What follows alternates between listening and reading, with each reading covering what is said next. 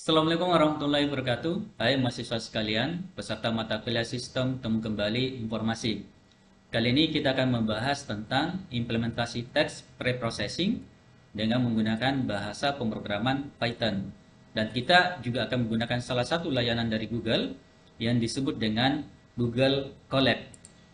Google Colab ini adalah layanan yang memungkinkan kita untuk menulis dan mengeksekusi kode bahasa pemrograman Python yang akan kita buat.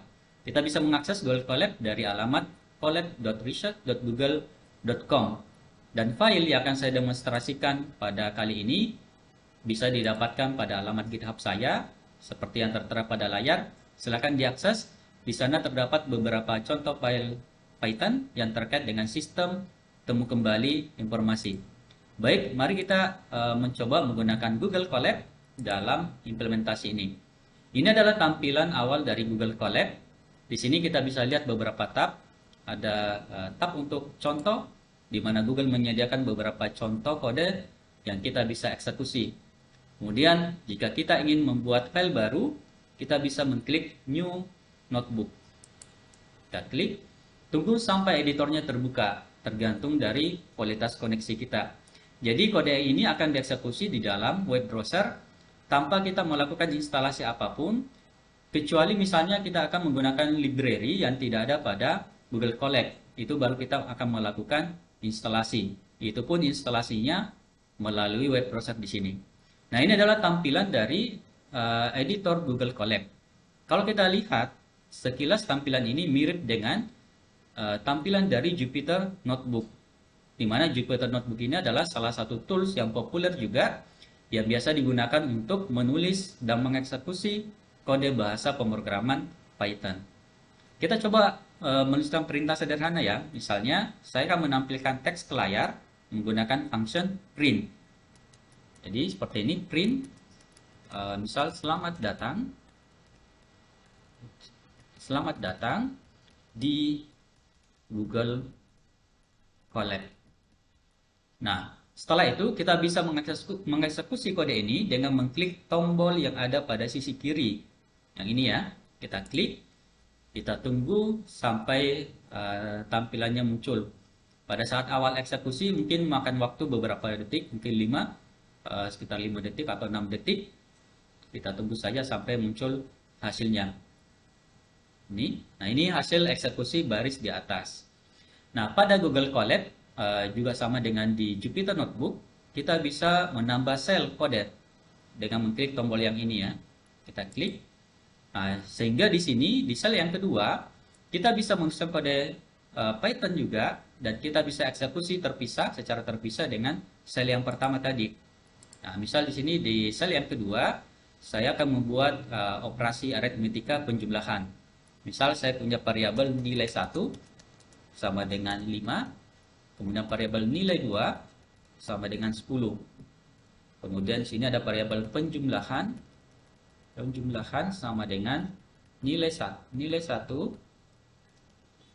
ditambah nilai 2. Kemudian saya tampilkan hasil penjumlahannya, print penjumlahan. Coba kita eksekusi dengan mengklik tombol yang ada pada sisi kiri ini. Kita lihat hasilnya, di sini muncul 15 yang merupakan hasil penjumlahan dari nilai 1 dan nilai kedua. Nah, seperti ini cara penggunaan editor pada Google Colab. Sangat sederhana. Nah, sekarang kita mencoba melihat eksekusi dari text preprocessing yang filenya saya ambil dari alamat GitHub yang tadi saya jelaskan di awal. Kita bisa upload dari sini. Jika filenya sudah ada, kita upload. Pilih file tersebut dari komputer kita. Kita mencoba mencarinya di komputer ini. Ini dia. Kita upload, kita tunggu sampai selesai diupload. Oh iya, ekstensi pada file Google Colab ini sama dengan ekstensi file pada Jupyter Notebook, yaitu IPYNB. Dan file pada Google Colab akan tersimpan pada Google Drive. Nah, di sini sudah ada serangkaian tahapan yang kita akan lakukan pada text preprocessing. Jadi, yang kita harapkan adalah di sini ada dokumen yang akan kita proses dengan serangkaian text preprocessing seperti case folding, kemudian stop for removal, dan stemming, dan lain sebagainya.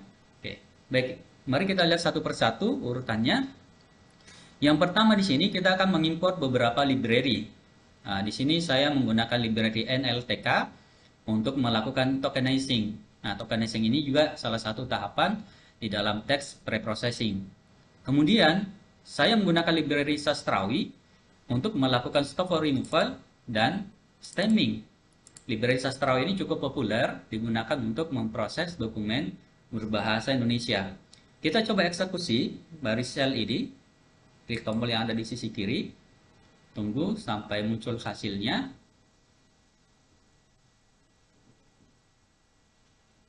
Apa yang terjadi? Kita lihat ya.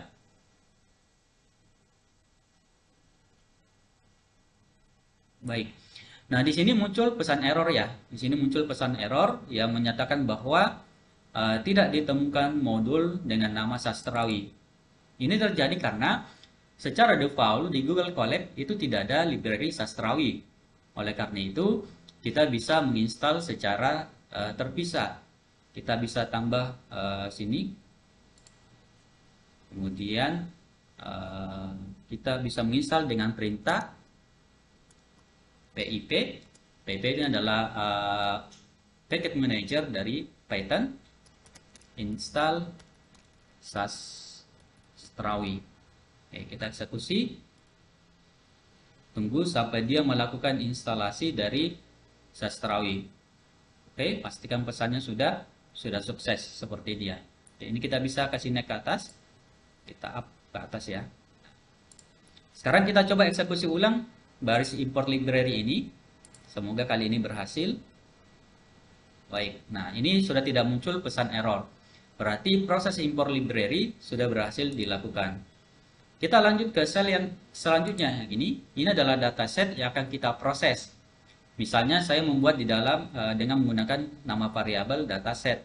Di sini ada D1, D2, D3.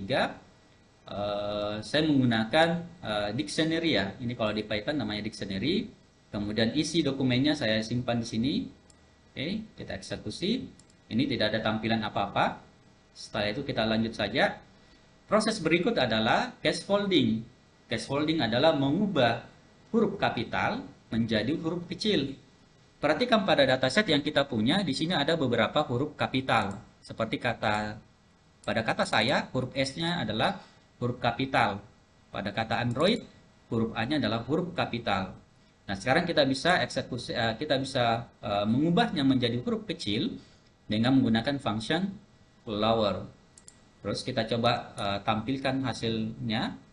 Kita print datasetnya ya yang sudah di test folding. Oke, kita eksekusi. Nah, ini dia. Kita lihat sini hasil eksekusinya. Ternyata semuanya sudah diubah menjadi huruf kecil. Seperti kata Android ya pada D1. Ini huruf A-nya sudah kecil. Kata saya juga huruf S-nya sudah menggunakan huruf kecil. Berarti case folding selesai. Kita coba lanjut ke white space removal. Kebetulan kalau di sini tidak ada kasus white space, tapi tidak apa-apa kita eksekusi saja. White space itu adalah spasi yang ada di sisi kiri atau sisi kanan dari dokumen kita. Dan itu kita tidak gunakan, tidak ada artinya. Oke, baik. Selanjutnya kita lakukan tokenizing. Tokenizing adalah kita memecah dokumen ini menjadi bentuk kecil yang disebut dengan token. Token ini bisa berupa kata atau term, bisa berupa frase, bisa berupa kalimat, tergantung dari kebutuhan. Kali ini kita lakukan tokenizing dalam bentuk kata. Oke, ini dengan menggunakan library dari NLTK untuk melakukan tokenizing. Oke, kalau kita mau lihat hasilnya, kita print saja variabel dataset supaya kita lihat hasil tokenizingnya. Eksekusi. Nah, ini adalah hasil eksekusi atau hasil tokenizing dari dokumen di atas. Jadi jika di atas masih berbentuk satu dokumen teks, di sini sudah dipecah menjadi bentuk-bentuk yang lebih kecil berupa kata. Jadi dipisah menggunakan list. Ini adalah list kalau di Python. Oke, seperti ini D2 juga demikian serta D3. Oke, tokenizing sudah. Selanjutnya kita ke number removal. Number removal kita bisa lakukan jika kita beranggapan bahwa angka yang ada pada dokumen ini tidak memiliki arti. Oh ya, kebetulan di sini tidak ada angka, jadi ini mungkin tidak akan kelihatan. Kita eksekusi saja. Oke. Kemudian lanjut ke stop or removal. Stop or removal adalah menghilangkan kata-kata yang masuk kategori stop or, seperti kata hubung, kata ganti orang, dan lain sebagainya. Nah, di sini saya menggunakan library sastrawi untuk melakukan stop or removal. Jadi prosesnya adalah dari hasil tokenizing di atas ini, hasil tokenizing kita looping pakai perintah for, kemudian kita akan cek apakah term itu atau kata itu tidak ada di dalam stop or. Jika tidak ada, maka kita masukkan ke dalam variabel token yang ini. Nah, variabel token ini nanti kita masukkan kembali ke variabel dataset. Sehingga kalau kita print dataset, kita eksekusi seperti ini.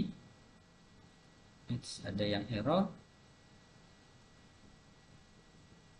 Print dataset.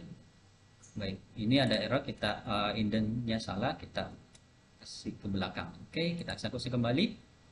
Nah, ini adalah hasil eksekusi dari stop or removal, di mana dia akan menghilangkan kata-kata yang termasuk kategori stop or. Seperti kata apa ya? Nah, misalnya seperti ini, kata saya. Kata saya itu adalah stop or, sehingga di sini dia hilang. Kemudian kata apa lagi ya? Sini stop or, misalnya seperti kata kepada ya. Kita coba lihat. Kata kepada juga hilang karena dia adalah stop or. Stop or removal berhasil kita lakukan. Kemudian kita lakukan stemming, yaitu mengubah kata berimbuhan menjadi bentuk kata dasar. Contoh di sini ada kata menyukai, maka nanti hasil stemmingnya adalah suka, karena menyukai kata dasarnya adalah suka.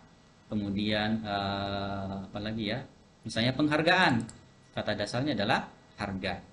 Kita menggunakan library dari sastrawi juga untuk melakukan stemming ini. Dan library sastrawi itu berbasis pada algoritma Nassib and Adriani stemmer ya. Oke, kita coba print datasetnya kembali. Print dataset. Oh, ini sudah ada sebenarnya di bawah ya. Oke. Kita eksekusi dulu ini. Kemudian terakhir kita tampilkan hasilnya di sini. Kita eksekusi, tampilkan hasil pre-processing. Nah, ini adalah hasil pre-processing teks yang kita lakukan pada ketiga dokumen di atas. Kita lihat kata berimbuhan sudah berubah menjadi kata dasar, seperti memberikan menjadi beri, penghargaan menjadi harga, dan seterusnya. Nah, demikianlah contoh sederhana penggunaan Google Colab untuk menuliskan kode Python yang terkait dengan teks preprocessing. Semoga penjelasan ini bermanfaat dan bisa dimengerti. Terima kasih atas perhatiannya.